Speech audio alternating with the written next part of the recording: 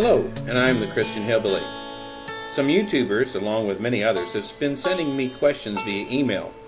I'm happy to answer any and all questions. Please send them to christianhillbilly, all one word, at gmail.com. Again, that's christianhillbilly@gmail.com.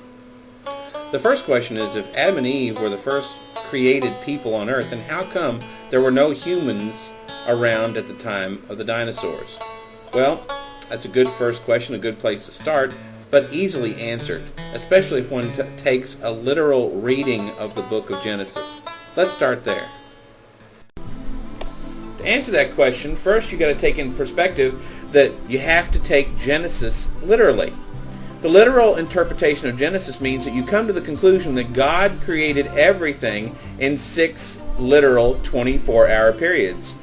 Everything that is, all matter, all space, all time, everything that has been created, God created in 6 literal 24-hour days.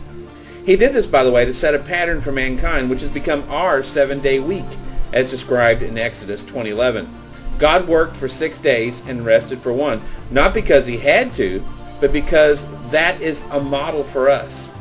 Furthermore, Bible scholars will tell you that the Hebrew word yom, used in Genesis 1, can only mean an ordinary 24-hour day when used in the context in which it is in Genesis 1. That is, there was evening and morning the first day, evening and morning the second day. This is always a 24-hour period in this context.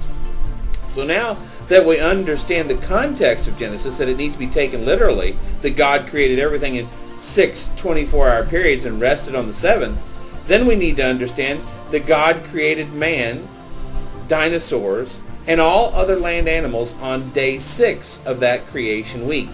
So to answer your question, there were dinosaurs around at the time of man, and there was man around at the time of the dinosaurs, because they were all created on the same day of the creation week, according to the literal interpretation of Genesis.